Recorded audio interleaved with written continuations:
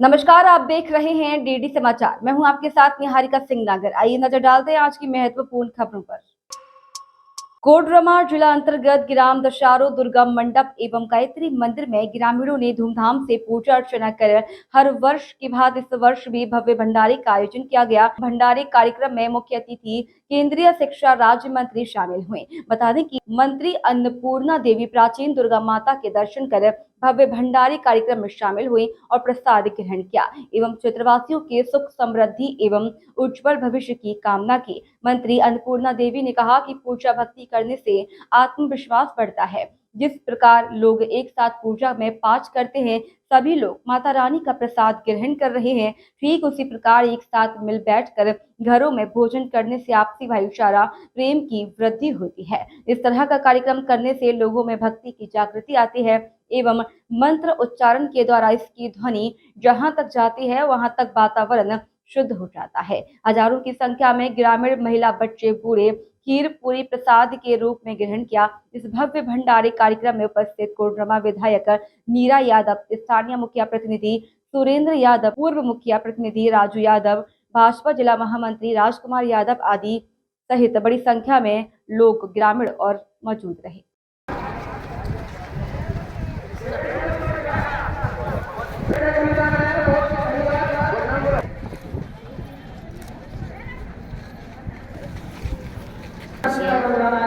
विश्वेश्वरी पाहि विश्वं कवीश्वरी महादिव्ये शिवाय संदेवी कालरात्रि नमस्तुते मांगल्ये शिवे सर्वार्थ।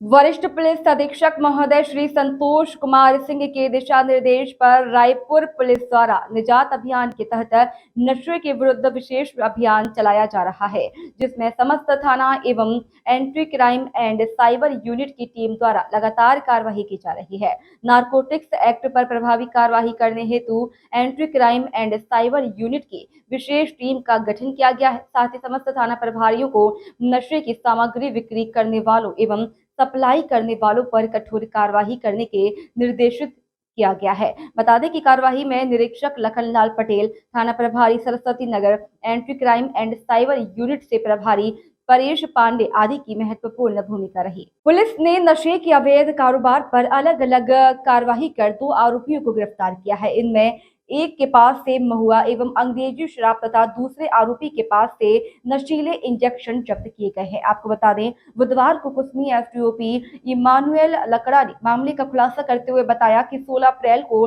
कुसमी पुलिस को मुखबिर से सूचना मिली कि कुसमी के कुम्हारपारा निवासी विवेक गुप्ता उम्र 32 वर्ष स्पोर्ट्स बाइक क्रमांक CG 30D1533 से कहीं बाहर से प्रतिबंधित नशीले इंजेक्शन खरीदकर बिक्री करने हेतु अपने कुसमी 5 स्थित कुम्हारपारा में किराए के मकान में आ रहा है। इस पर पुलिस टीम ने किराए के मकान के समीप घेराबंदी कर आरोपी विवेक गुप्ता को धर दबोचा। वहीं आरोपी के कब्जे से पुलिस ने 61 नग नशीले इंजेक्शन जब्त किए। उसके खिलाफ NDPS एक्ट की धारा 21C के तहत कार्यवाही कर न्यायालय में पेश किया गया, जहां से जेल भेज दिया गया। वहीं दूसरे मामले में पुलिस को मुखबिर से सूचना मिली कि स्थानीय बस स्टैंड के पीछे स्थित मधुबन होटल का संचालक अशोक गुप्ता होटल में बिक्री हेतु बाइक से अवैध शराब लेकर आ रहा है। इस पर पुलिस टीम ने होटल के पास घेराबंदी कर अशोक गुप्ता को गिरफ्तार कर लिया। आरोपी के पास से 6 लीटर महुआ एवं 19 नग अंग्रेजी शराब जब्त की गई है। उसके खिलाफ आबकारी एक्ट की धारा 34(2) के तहत कार्रवाई कर उसे जेल भेज दिया है। के दौरान इस अवैध मादक पदार्थों, नशीली दवाइयों पे कार्रवाई के लिए निकले हुए थे, तभी मुखबिर द्वारा उन्हें सूचना प्राप्त हुई कि विवेक गुप्ता नामक व्यक्ति जो खास कुसमी का रहने वाला है, कुछ नशीली दवाई लेने के लिए वो अपनी पल्सर बजाज मोटरसाइकिल से बाहर गया हुआ है और लौटने के फिराक में है।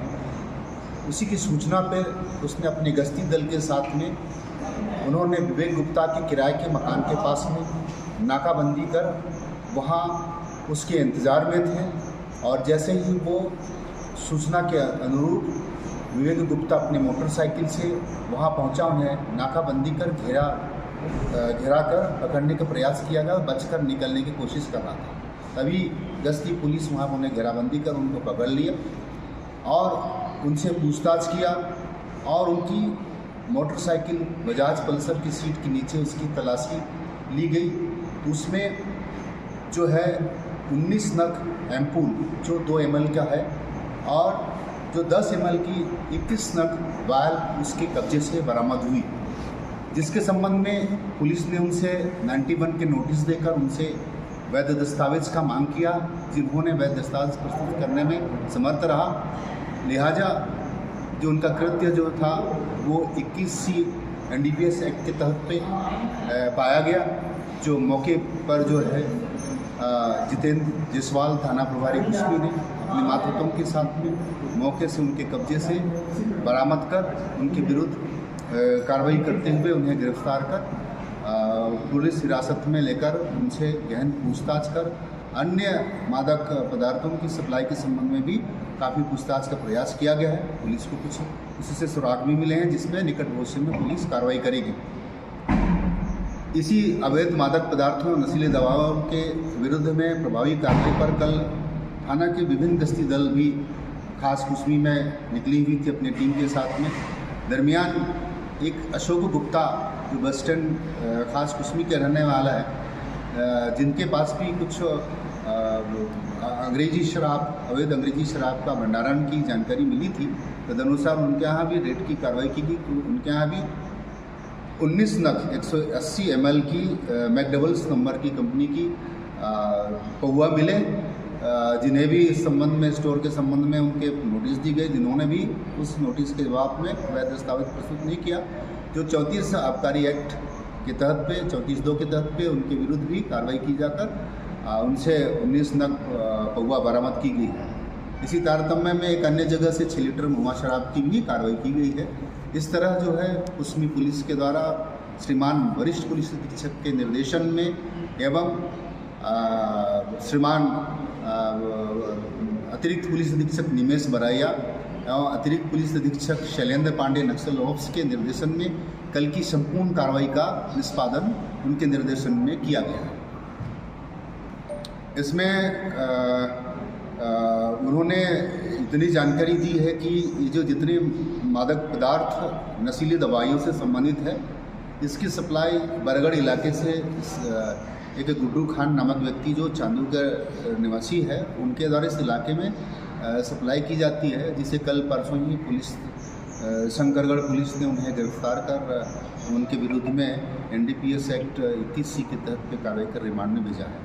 तो जो जानकारी जो हमें शंकरगढ़ के पुलिस ने जो 2 दिवस पूर्व जो कार्रवाई की थी, उसी के अनुसार हमें भी कुछ जानकारियाँ जो मिली थी, उसके अनुरूप हमने यहाँ कल जो है इस पर हमने मुखबिर लगा कर रखी थी। जो कल जैसा मुखबिर की सूचना मिली उसी आधार पर से हमने उस पर कार्रवाई की। चोरी की थाना शंकरगढ़ की पुलिस ने कल नहीं परसों ही उन्हें जो है 2 अभियुक्त चलगली थाना शंकरगढ़ के लोग जो है NDPSC के तहत में गिरफ्तार हुए थे, उनके मेमोरेंडम कथन के आधार पर से जो है उनकी निशानदेही से गुड्डू खान के यहाँ से बरामद हुई थी। निर्वाचन आयोग की प्रेस वार्ता शुरू। मुख्य निर्वाचन पदाधिकारी रीना साहब कंगाले ने ली प्रेस कॉन्फ्रेंस। बता दें कि पहली चरण में मतदान की तैयारियों को लेकर ले रही प्रेस वार्ता। प्रथम चरण के लिए मतदान केंद्रों, मतदान दलों, मतदाताओं से जुड़ी जानकारी कर सही साझा। बस्तर लोकसभा में कुल 1961 मतदान केंद्र बनाए गए हैं। वहीं 14 लाख से अधिक कुल मतदाता बस्तर लोकसभा में हैं, जिसमें लगभग 40,000 नए मतदाता हैं। मतदाता का समय 2 भागों में बांटा गया है। पहले सुबह 7 बजे शाम बजे तक रहेगा, वहीं सुबह 7 बजे से शाम 5 बजे तक रहेगा। 156 ऐसे मतदान केंद्र हैं जो अति संवेदनशील हैं, जहां विशेष रूप से सुरक्षा लगाई गई है। साथ ही मतदान दल को हेलीकॉप्टर से भेजा गया है। सभी को नमस्कार। लोकसभा निर्वाचन के प्रथम चरण का कल बस्तर लोकसभा के मतदान दिवस 19 अप्रैल के लिए हमारी सारी तैयारियां पूर्ण हो गई है। मतदान केंद्र जो लोकसभा निर्वाचन क्षेत्र बस्तर में है वो है कुल 1961। इसमें जो 4 है वो सहायक मतदान केंद्र है और 1957 जो है वो मूल मतदान केंद्र है।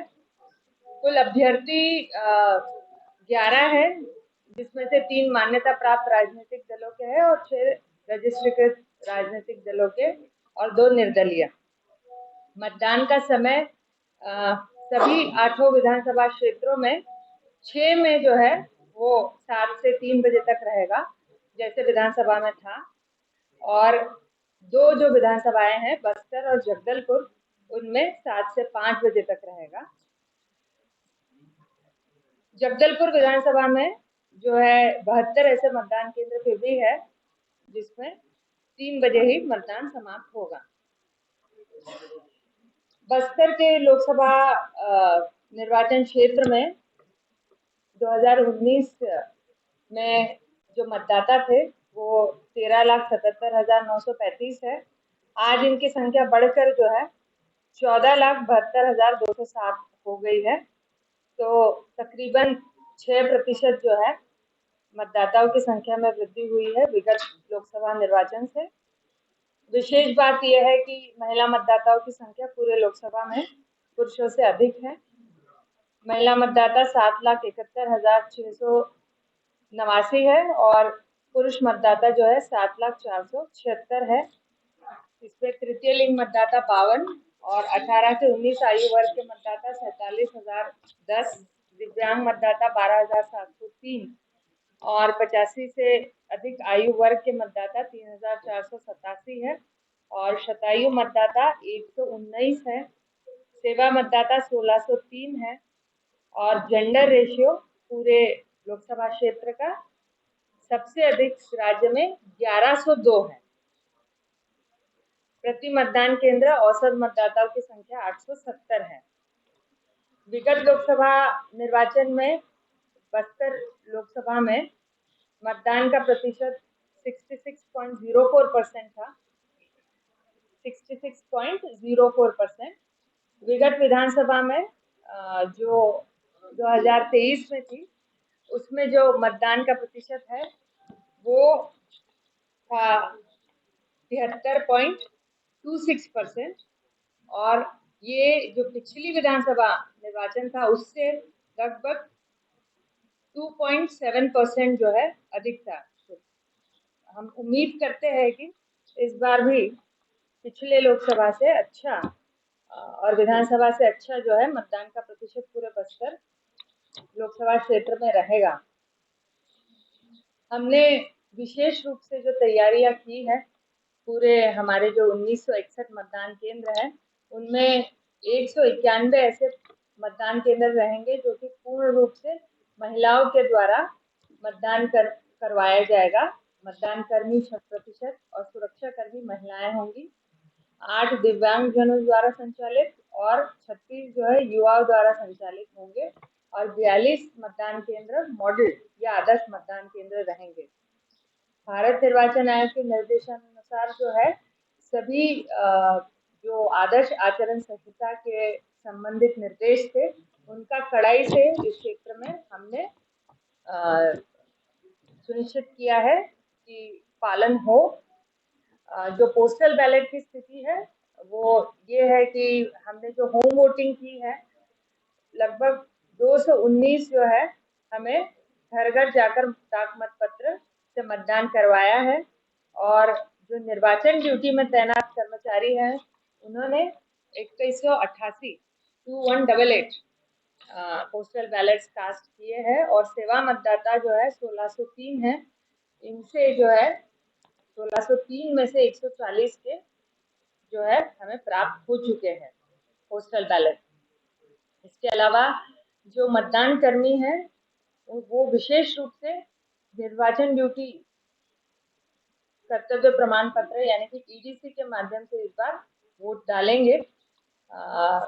ऐसे लगभग 9,971 हमने ईडीसी या निर्वाचन कर्तव्य प्रमाण पत्र हमारे 10,000 कर्मचारियों को जारी किया। तो मैं मौजूद हूँ दंतेवाड़ा में। आप हमारे पीछे देख सकते हैं कि मतदान दल के जितने कर्मचारी हैं वो सब यहाँ से अपने अपने स्थान के लिए रवानगी दी जा रही है। और मैं आपको बता दूं कि ये दंतेवाड़ा और ये बस्तर का कल पहले चरण का वोटिंग होना है, जिसके लिए जिला प्रशासन और पुलिस प्रशासन पूरी टीम को यहाँ गाड़ियों के साथ में आप हमारे पीछे देख सकते हैं कि रवानगी दी जा रही है। क्योंकि बस्तर का चुनाव अपने आप में एक बहुत ही अहम होता है, क्योंकि नक्सली क्षेत्र होने के कारण बस्तर को सबसे पहले महत्व दिया जाता है और फर्स्ट चरण में यहाँ मतदान किया जाता है। आप हमारे पीछे इधर गाड़ी देख सकते हैं कि जितने मतदान दल है जिनको यहाँ से रवानगी दी जाती है। और मैं आपको बता दूं, यहाँ पुलिस प्रशासन भी सुबह से और जिला प्रशासन भी सुबह से लगातार अपनी टीम को चिन्हित करती है किनको किस क्षेत्र में, गांव क्षेत्र में, जैसे कहीं 20 किलोमीटर, 30 किलोमीटर, 50 किलोमीटर, इनके दायरे में यहाँ से मतदान दल को रवाना किया जाता है। बहुत सा मतदान केंद्र तो ऐसा है जो अंदरूनी क्षेत्र में, जिसको हेलीकॉप्टर के द्वारा मतदान दल को भेजा जाता है। मैं लाल शाह, डीडी समाचार, दंतेवाड़ा।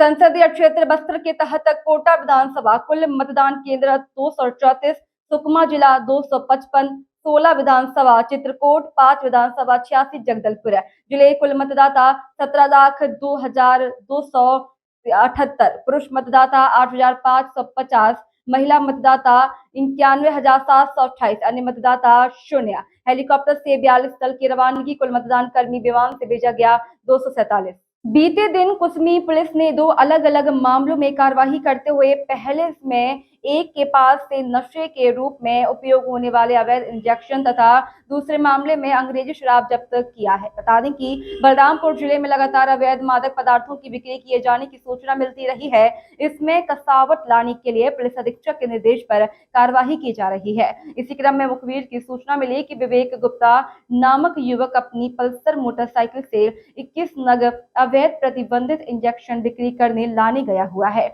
जिसको घेराबंदी कर धर दबोचा गया। उसके पास से एम पुल नमक इंजेक्शन को बरामद किया गया है। वहीं इस इंजेक्शन की परिवहन के लिए उसके पास कोई वैध कागजात मौजूद नहीं है। वहीं दूसरी कार्रवाई में भी अवैध शराब के भंडारण करने की खबर मिली थी, जिसे छापेमारी कर कार्रवाई कर उसके पास से 180 मिलीलीटर की 19 नग अंग्रेजी शराब बरामद कर विभिन्न धाराओं के तहत दोनों आरोपियों को जेल भेज दिया गया है। जी हाँ, इस तरह की जो सूचना हमें लगातार मिल रही थी, जिस पर जिले में जिला पुलिस अधीक्षक, वरिष्ठ पुलिस अधीक्षक डॉक्टर लाल उमेद सिंह के द्वारा इस संबंध में प्रभावी कार्रवाई हो, उन्होंने दिशा निर्देश दिया था कि अपने अपने थाना क्षेत्र में नशीली दवाएं, अवैध मादक पदार्थ, अवैध शराब और अन्य अवैध तस्करी पे पूरी तरह से अंकुश लगे, पुलिस की प्रभावी कार्रवाई दिखे। इसी परिप्रेक्ष्य में थाना प्रभारी जितेंद्र जायसवाल ने कल अपने भ्रमण के दौरान इस अवैध मादक पदार्थों, नशीली दवाइयों पे कार्रवाई के लिए निकले हुए थे। तभी मुखबिर द्वारा उन्हें सूचना प्राप्त हुई कि विवेक गुप्ता नामक व्यक्ति, जो खास कुसमी का रहने वाला है, कुछ नशीली दवाई लेने के लिए वो अपनी पल्सर बजाज मोटरसाइकिल से बाहर गया हुआ है और लौटने के फिराक में है। उसी की सूचना पर उसने अपने गश्ती दल के साथ में उन्होंने विवेक गुप्ता के किराए के मकान के पास में नाकाबंदी कर वहाँ उसके इंतज़ार में थे। और जैसे ही वो सूचना के अनुरूप विवेक गुप्ता अपनी मोटरसाइकिल से वहाँ पहुँचा, उन्हें नाकाबंदी कर घेरा कर पकड़ने का प्रयास किया गया, बचकर निकलने की कोशिश कर रहा था। अभी गश्ती पुलिस वहाँ उन्हें घेराबंदी कर उनको पकड़ लिया और उनसे पूछताछ किया और उनकी मोटरसाइकिल बजाज पल्सर की सीट के नीचे उसकी तलाशी ली गई। उसमें जो है 19 नग एम्पूल जो 2 ml का है और जो 10 ml की 21 नग वायर उसके कब्जे से बरामद हुई, जिसके संबंध में पुलिस ने उनसे 91 के नोटिस देकर उनसे वैध दस्तावेज का मांग किया, जिन्होंने वैध दस्तावेज प्रस्तुत करने में समर्थ रहा। लिहाजा जो उनका कृत्य जो था वो 21C NDPS एक्ट के तहत पे पाया गया। जो मौके पर जो है जितेंद्र जायसवाल थाना प्रभारी कुसमी ने अपने मातहतों के साथ मौके से उनके कब्जे से बरामद कर उनके विरुद्ध कार्रवाई करते हुए उन्हें गिरफ्तार कर पुलिस हिरासत में लेकर उनसे गहन पूछताछ कर अन्य मादक पदार्थों की सप्लाई के संबंध में भी काफ़ी पूछताछ का प्रयास किया गया है। पुलिस को कुछ उससे सुराग भी मिले हैं, जिस पर निकट भविष्य में पुलिस कार्रवाई करेगी। इसी पदार्थों और नशीली दवाओं के विरुद्ध में प्रभावी कार्रवाई पर कल थाना के विभिन्न गश्ती दल भी खास कुसमी में निकली हुई थी अपनी टीम के साथ में। दरमियान एक अशोक गुप्ता जो बस स्टैंड खास कुश्मी के रहने वाला है, जिनके पास भी कुछ अवैध अंग्रेजी शराब का भंडारण की जानकारी मिली थी। तदनुसार उनके यहाँ भी रेड की कार्रवाई की गई। तो उनके यहाँ भी 19 नग 180 ml की मैकडबल्स नंबर की कंपनी की पौवा मिले, जिन्हें भी इस संबंध में स्टोर के संबंध में उनके नोटिस दी गई, जिन्होंने भी उस नोटिस के जवाब में वह दस्तावेज प्रस्तुत नहीं किया। जो 34 आबकारी एक्ट के तहत पे 34(2) के तहत पे उनके विरुद्ध भी कार्रवाई की जाकर उनसे 19 नग पौवा बरामद की गई है। इसी तारतम्य में एक अन्य जगह से 6 लीटर मुआ शराब की भी कार्रवाई की गई है। इस तरह जो है उसमें पुलिस के द्वारा श्रीमान वरिष्ठ पुलिस अधीक्षक के निर्देशन में एवं श्रीमान अतिरिक्त पुलिस अधीक्षक निमेश बराइया एवं अतिरिक्त पुलिस अधीक्षक शैलेंद्र पांडे नक्सल ऑप्स के निर्देशन में कल की संपूर्ण कार्रवाई का निष्पादन उनके निर्देशन में किया गया है। इसमें उन्होंने इतनी जानकारी दी है कि ये जो जितने मादक पदार्थ नशीली दवाइयों से संबंधित है, इसकी सप्लाई बरगढ़ इलाके से एक गुड्डू खान नामक व्यक्ति जो चांदू के निवासी है, उनके द्वारा इस इलाके में सप्लाई की जाती है, जिसे कल परसों ही पुलिस शंकरगढ़ पुलिस ने उन्हें गिरफ्तार कर उनके विरुद्ध में NDPS एक्ट 21C के तहत पे कार्रवाई कर रिमांड में भेजा। तो जो जानकारी जो हमें शंकरगढ़ के पुलिस ने जो 2 दिवस पूर्व जो कार्रवाई की थी, उसी के अनुसार हमें भी कुछ जानकारियाँ जो मिली थी, उसके अनुरूप हमने यहाँ कल जो है इस पर हमने मुखबिर लगा कर रखी थी। जो कल जैसा मुखबिर की सूचना मिली उसी आधार पर से हमने उस पर कार्रवाई की। चोरी की घटनाएं बहुत सारा बढ़ गई है।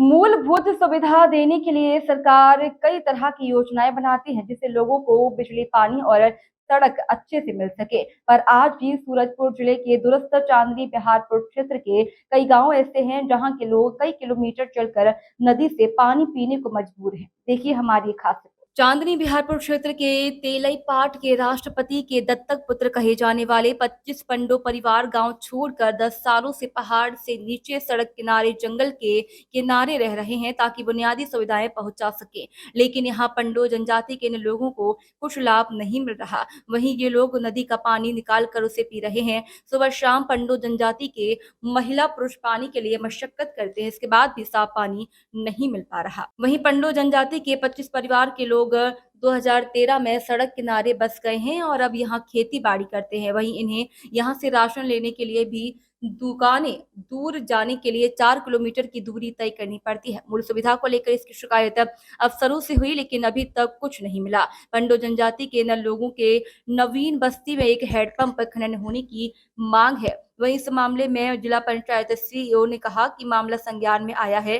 तत्काल PHE विभाग को वहां पहुंचकर निरीक्षण कर उन्हें सूचना करने को कहा है कि वहां पर कैसे पानी की व्यवस्था की जा सके। बहरहाल राष्ट्रपति के दत्तक पुत्र कहे जाने वाले पंडो जनजाति के 25 परिवार प्रशासन से स्वच्छ पानी की सुविधा मिलने की आस लगाए हुए हैं। वहीं प्रशासन जल्द व्यवस्था करने की बात कर रही है।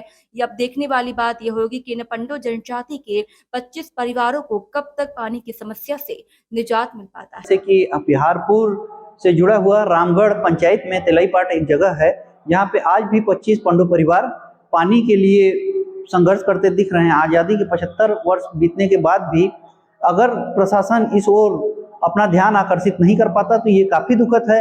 और अब चूंकि गर्मी का मौसम भी आ गया है, प्रशासन को बहुत ही गंभीरता से ऐसे जगहों का चिन्हांकन करना चाहिए जहाँ पे पानी की सख्त आवश्यकता है। कोई भी हमारे गरीब वनवासी भाई पंडो परिवार से चूंकि विशेष आरक्षित जनजाति में आते हैं छत्तीसगढ़ में ये, और अगर उनको भी इस तरह के समस्याओं का सामना करना पड़ रहा है तो शासन के लिए ये हमेशा से सोचने का विषय रहा है कि जिनको हम विशेष आरक्षित जनजाति में शामिल किए हुए हैं, अगर उनको मूलभूत सुविधाओं के रूप में पानी के लिए भी अगर संघर्ष करना पड़ रहा है तो ये काफ़ी दुखद है। प्रशासन को इसके ओर बहुत ही गंभीरता से पहल करनी चाहिए और बिना समय गंवाए इस पे कोई जरूरी कदम उठाना चाहिए। इसमें ये तथ्य संज्ञान में आया है और हम तत्काल EPHE को इसमें निर्देशित कर रहे हैं कि स्पॉट में जाकर निरीक्षण कर लें। इसके आगे जैसे भी उनका रिपोर्ट रहेगा उसके अनुसार से कार्रवाई हम करेंगे। कब तक कुछ नहीं हुआ? तत्काल हम उनको निर्देशित करेंगे। कोरबा लोकसभा सीट के लिए भाजपा सांसद प्रत्याशी सरोज पांडे ने आज अपना नामांकन दाखिल किया। इस दौरान कोरबा पहुंचे प्रदेश के मुख्यमंत्री विष्णुदेव साय भी उनके साथ मौजूद रहे। कलेक्ट्रेट में मीडिया की चर्चा के बाद में घंटाघर ओपन थिएटर में कार्यकर्ता सम्मेलन को संबोधित करने के लिए रवाना हुए। आपको बता दें, इस दौरान कोरबा लोकसभा सीट से सांसद प्रत्याशी सरोज पांडे के साथ प्रदेश के उप मुख्यमंत्री अरुण साव, वित्त मंत्री ओपी चौधरी समेत कई भाजपा के दिग्गज नेता मौजूद रहे।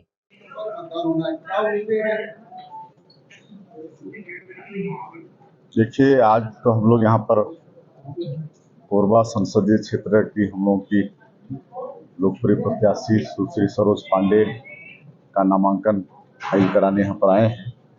हमारे डिप्टी सीएम भी हैं श्री अरुण साव जी, प्रत्याशी जी हैं, हमारे मंत्री देवांगन जी हैं, राम विचार जी हैं, श्याम ओपी चौधरी जी भी हैं, रेणुका सिंह भी हैं और हजारों की संख्या में आज कार्यकर्ता यहाँ पर आए हुए हैं, नॉमिनेशन फाइल कर रहे हैं और भारी उत्साह है पूरे प्रदेश में। हम तो अधिकांश क्षेत्रों में जा चुके हैं, कार्यकर्ताओं में भी उत्साह है, मतदाता में भी उत्साह है, मोदी जी के कामों से प्रभावित हैं और 4 महीने में हमारी छत्तीसगढ़ की सरकार भी मोदी की गारंटी को पूरा करने में जो काम की है सबसे प्रभावित हैं और इस बार निश्चित रूप से कोरबा सहित छत्तीसगढ़ की पूरी 11 की 11 सीट भारतीय जनता पार्टी जीतेगी। छत्तीसगढ़ में कोरबा और बस्तर 2 सीट अहम है, कांग्रेस के लिए भी भाजपा के लिए भी। कोरबा से क्या उम्मीद है? हमारे लिए सब सीट अहम है और सभी सीट जीत रहे हैं। सर, देश वकील यहाँ आए थे, उन्होंने कहा है कि विधानसभा चुनाव के बाद लोगों में हताशा है, वो ठगा हुआ महसूस कर रहे हैं, अब वो कांग्रेस को वोट करेंगे, क्या कहेंगे? अब वो अपनी स्थिति का आकलन करें। 2018 के चुनाव में बड़े बड़े लोक लुभावन वादे किए थे और बहुत बड़ा जनादेश उनको मिला था, छत्तीसगढ़ की जनता बड़ा विश्वास की थी, लेकिन क्या किया 5 साल में उन्होंने एक भी वादा पूरा नहीं किया और सरकार से उनको आउट होना पड़ा और इस समय पूरी 11 लोकसभा सीट हम लोग जीत रहे हैं और उनको खाता भी खोलने नहीं देंगे। बहुत बड़ी सफलता मिली है हमारी सरकार को, हमारे सैनिकों को, और सैनिकों को हम फिर से एक बार आप लोगों के माध्यम से बधाई देना चाहेंगे। अब तक की सबसे बड़ी सफलता है। 29 नक्सली मारे गए हैं, जिसमें से 2 नक्सली 20-20 लाख के इनामी थे और एक नक्सली 10 लाख की इनामी थी, महिला नक्सली थी और AK-47 से लेकर LMG वगैरह उनके वेपन उनसे रिकवर हुए।